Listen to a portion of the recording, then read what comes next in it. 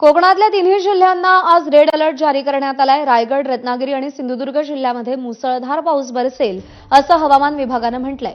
पण मागच्या 3 दिवसांपासून कोकणात पाऊस गायबच आहे असं म्हणावं लागेल। कोकणामध्ये सध्या पावसाची काय परिस्थिती आहे जाणून घेतलं आमच्या प्रतिनिधींनी, पाहूया।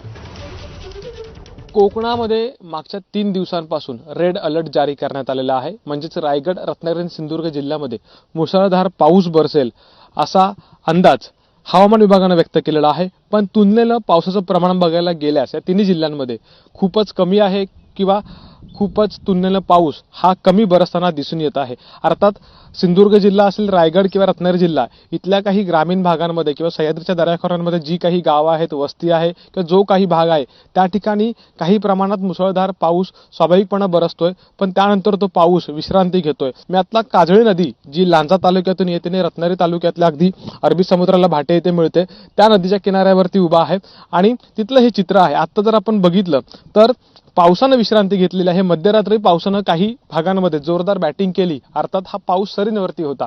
पहाटेच्या वेळी देखील हलक्या ते मध्यम स्वरूपाच्या सरी अगदी तिन्ही जिल्ह्यांमधल्या काही भागांमध्ये बरसल्या। पण त्यानंतर पाऊस गायब झालेला आहे आणि काही भागांमध्ये विशेषतः अगदी ऊन देखील पडलेलं आहे आणि तसं म्हटलं तर वातावरण ढगाळ आहे।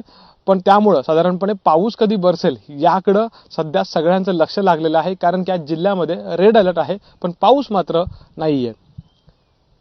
कॅमेरामॅन महबूब शेखसह अमोल मोरे, एबीपी माझा, रत्नागिरी।